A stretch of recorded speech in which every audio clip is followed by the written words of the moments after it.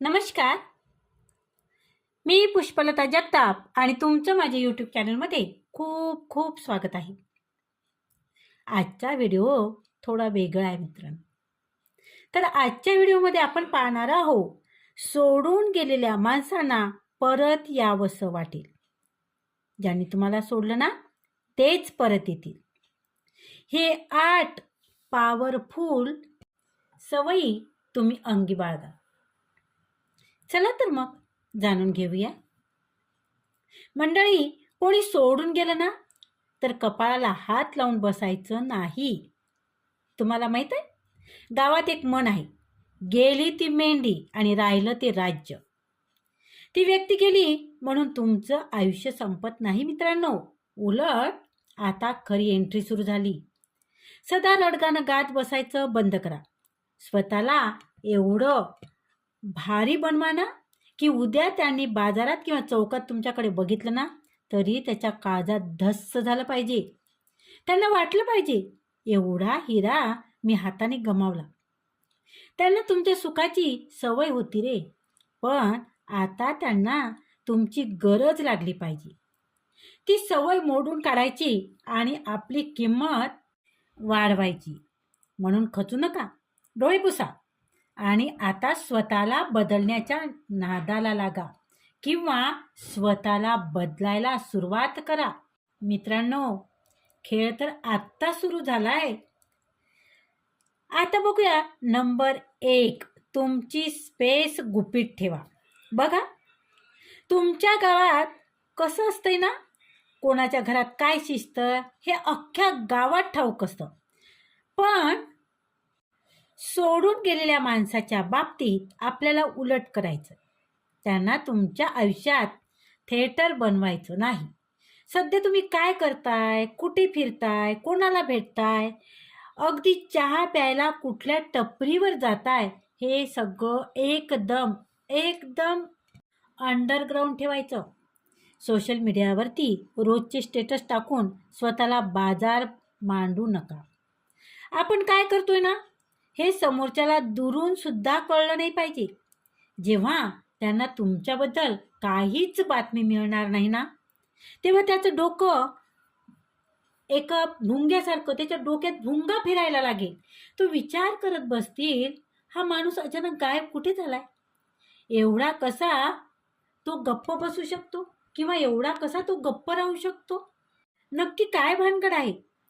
तुमच्या आयुष्याभोवती असं गूढ निर्माण झालं की समोरच्याची झोप उडते आणि ते तुमच्याच विचारात गुरफटून जातात. आणि म्हणूनच स्वतःचा पत्ता लागू देऊ नका. आता बघूया नंबर 2, सोशल मीडिया सायलेन्स. काही जणांची सवय असते, मन दुखावलं की लगेचच किंवा फेसबुकवरती दुःखाचं गाणं ठेवतात. नाहीतर बघा, मी तुमच्याशिवाय किती खुश आहे असं खोटं फसवणारे फोटो टाकतात. पण असल्या गोष्टीमुळे समोरच्यांना लगेच कळतं की हे सगळं आपल्याला दाखवण्यासाठी चालले आणि तिथेच आपली किंमत कमी होते. आपल्याला हा पोरखेळ करायचाच नाही. आपण डायरेक्ट डिजिटल संन्यास घ्यायचा, म्हणजेच सोशल मीडियावरून काही दिवसासाठी एकदम गायब व्हायचं. बघा, ना कोणती पोस्ट, ना कोणतं स्टेटस, मोबाईल असून नसल्यासारखं शांत ठेवायचं.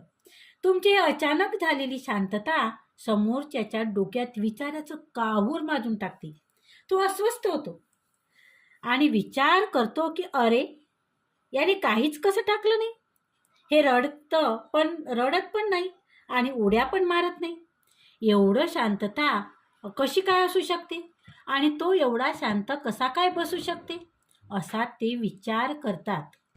आणि तुमची ही शांतताच त्याच्या मनाची झोप ओढून देईल. आता बघूया नंबर 3, काय करायचं तुम्हाला. तर स्वतःच्या प्रगतीवर फोकस करा. खूप महत्त्वाचं आहे. तुम्ही तुमच्या स्वतःच्या प्रगतीवर फोकस करा. माणसाने शब्दाने उत्तर देण्यापेक्षा आपल्या कर्माने उत्तर दिलेलं कधीही चांगलं. समोरच्याला वाटत असतं की त्याच्या जाण्याने आपलं पान सुद्धा हलणार नाही, आपला सगळा कारभार कोलमडून पडेल. पण हा त्यांचा गैरसमज आपल्याला मोडून काढायचा आहे. आता ती जुनी रडगाणी गात बसण्यापेक्षा आपला धंदा, आपली शेती, आपली नोकरी किंवा जे काही करिअर असेल, तुम्ही जे काही कराल त्यावर रात्रीचा दिवस करून तुम्ही लक्ष केंद्रित करा. सकाळी लवकर उठा, स्वतःच्या तब्येतीवर काम करा, शरीर बनवा आणि नवनवीन गोष्टी शिकायला लागा. ज्या दिवशी ते तुम्हाला आधीपेक्षा जास्त यशस्वी, आर्थिकदृष्ट्या खंबीर आणि एकदम स्वरूपात बघतील ना, तेव्हा त्यांच्या डोळ्यात सनसनीत अंजन पडेल. त्यांना जाणीव होईल की आपण आयुष्यातील सर्वात मोठी चूक केली. तुमच्या गळ्यात पडलेली यशाची माळ पाहून त्यांची बोलतीच बंद होईल. बघा, प्रयत्न करा. आता आपण बघणार आहोत नंबर 4. नंबर 4 म्हणजेच भावनिकदृष्ट्या स्वतंत्र व्हा. खूप गरजेचं आहे. आपल्या मनात एक गोष्ट पक्की करून घ्या. आपलं सुख आणि दुःख कोणाच्या येण्या जाण्यावर अवलंबून नसायलाच पाहिजे. बरेच जण काय करतात ना, मन तुटलं की त्यांच्या मित्राकडे जाऊन ढसाढसा रडतात. पण हे रडणं जेव्हा समोरच्यापर्यंत पोचतं ना, तेव्हा त्यांना उगीच स्वतःचा माज वाढल्यासारखा वाटतो. आपल्याला कोणालाही असा माज चढू द्यायचा नाही. त्याच्या समोर किंवा त्यांच्या ओळखीतल्या कोणापाशीही चुकून सुद्धा डोळ्यात पाणी आणायचं नाही. तुम्ही आतून किती अस्वस्थ असाल तरी लोकांसमोर येताना नेहमी ताठ मानेनी आणि शांत चेहऱ्याने यायचं. त्यांना हे कळतलं पाहिजे की तुम्ही मनाने खूप खंबीर आहात.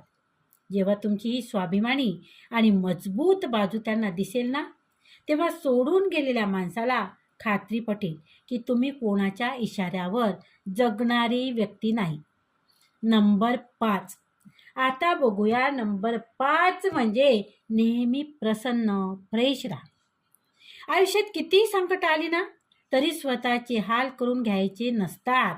काही लोक सोडून गेली की लगेच देवदास बनतात. बघा, काय होतं, ते लगेच देवदास बनतात. दाढी वाढलेली, विस्कटलेले केस, मळके कपडे घालून हिंडणे, जणू काही जगाचं सगळं दुःख यांच्याच वाटेला आलेलं आहे. आणि अशीच सुतकी कळा चेहऱ्यावर असते. आता अशी सुतकी कळा चेहऱ्यावर अजिबात आणू नका. घराबाहेर पडताना नेहमी छान टापटीप कपडे घाला, व्यवस्थित फ्रेश राहा आणि चेहऱ्यावरती एक छान प्रसन्न हसू असू द्या. तुमच्या बोलण्यात, चालण्यात एक रुबाब असायला हवा, आत्मविश्वास असायला हवा. तो आत्मविश्वास कमी होऊ देऊ नका. बघा, काय होतं, तुम्ही जेव्हा असं टापटीप एकदम आनंदी तुम्हाला ते पाहिल ना, तेव्हा त्याच्या काळजात नक्की सर होईल. ते विचार करेल, मी त्याच्या आयुष्यातून गेले तरी त्याच्या चेहऱ्यावरचं तेज कमी झालं नाही. त्यांना तर माझी काहीच उणीव भासत नाही. तुमचा हाच फ्रेश अवतार त्याला स्वतःच्या निर्णयावरती पश्चाताप करायला भाग पाडेल. आता बघूया नंबर 6. त्यांना भाव देणे डायरेक्ट बंद करा. या जगाचा एक नियम आहे मित्रांनो, माणसाला स्वतःचा अपमान सहन होतो, पण स्वतःकडे झालेलं दुर्लक्ष कधीच सहन होत नाही. समोरच्यांना वाटतं असतं की त्यांना एक फोन किंवा मेसेज आला की तुम्ही लगेच उड्या मारत हो म्हणणार आणि जुना राग काढून भांडत बसणार. आपल्याला त्याच्या अपेक्षेच्या उलट वागायचं आहे. समजा कधी त्याचा चुकून फोन आला किंवा ते अचानक कुठे समोर दिसलं तर तुम्ही मनाचा तोल जाऊ देऊ नका. चेहऱ्यावरती ना राग ना जुना जिव्हाळा, एकदम अनोळखी पण सुजान माणसासारखं आणि अगदी निर्विकारपणे बोल, काय काम होतं, असं अगदी शांतपणे बोलायचं. तुमची ही नो रिॲक्शनच जी वृत्ती आहे ना, ती समोरच्याला आतून अस्वस्थ करून टाकेल.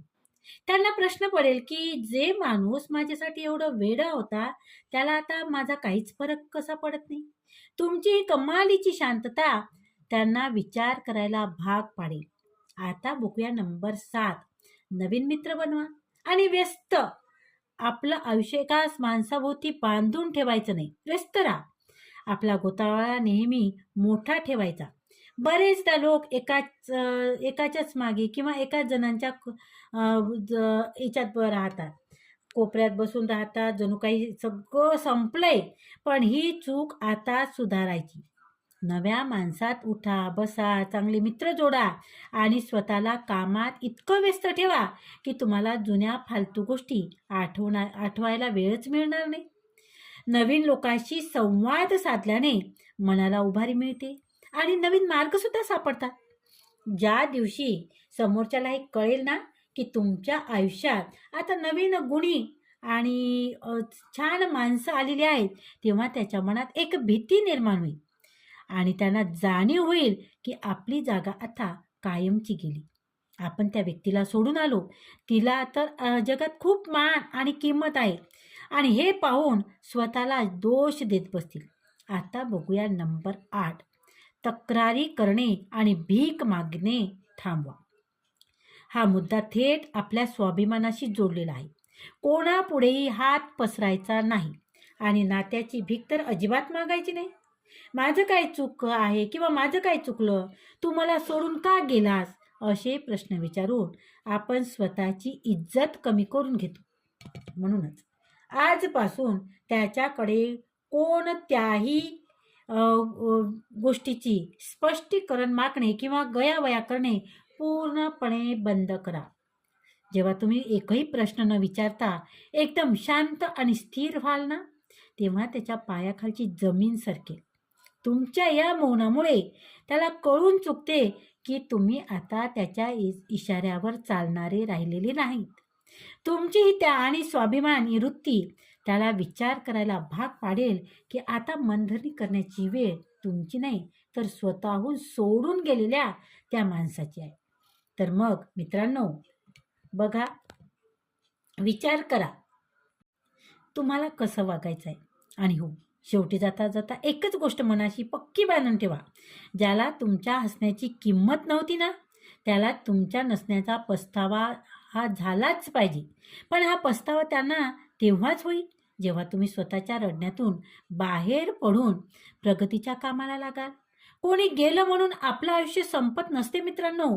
उलट तिथूनच आपल्या सुराज्याची खरी सुरुवात होती.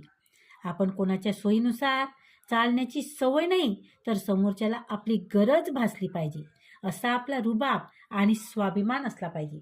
खचू नका, स्वतःवर विश्वास ठेवा आणि ताठ मानेने उभे राहा आणि आपल्यात एवढे व्यस्त व्हा की जगाने तुमच्याकडे बघत राहिलं पाहिजे. आणि हो मित्रांनो, हा व्हिडिओ तुम्हाला कसा वाटला आणि ह्या 8 सवयी जी सांगितल्या आहे, त्या 8 सवयीपैकी कोणती सवय तुम्ही आजपासून स्वतःला लावणार आहात ते तुम्ही कमेंटमध्ये जरूर मला सांगा. तर धन्यवाद मित्रांनो. भेटूया पुढच्या व्हिडिओसोबत अशाच मोटिवेशनल विचारासोबत. तोपर्यंत धन्यवाद. खूप खूप धन्यवाद.